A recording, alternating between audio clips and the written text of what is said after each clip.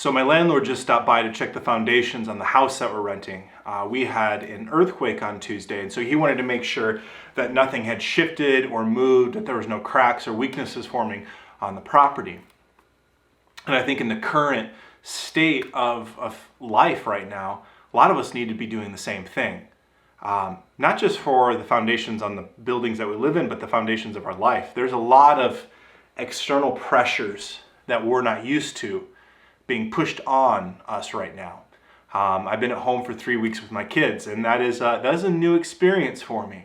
A lot of you are going through the same thing. A lot of you have other things that you're dealing with, pressures with work and maybe the loss of work, health and sickness. Maybe you know someone who's directly being affected by COVID-19. Maybe it's someone really close to you. And so we all have these pressures that are pushing on us.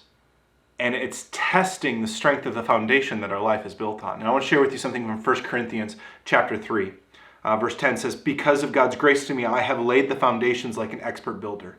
Now others are building on it. But whoever is building on this foundation must be very careful, for no one can lay any foundation other than the one we already have, Jesus Christ."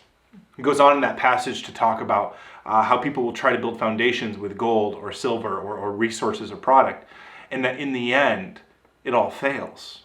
And I think a lot of us are experiencing that for the first time. The foundation that we built our life on is beginning to crumble. It's beginning to tear away at the very person that we thought we were.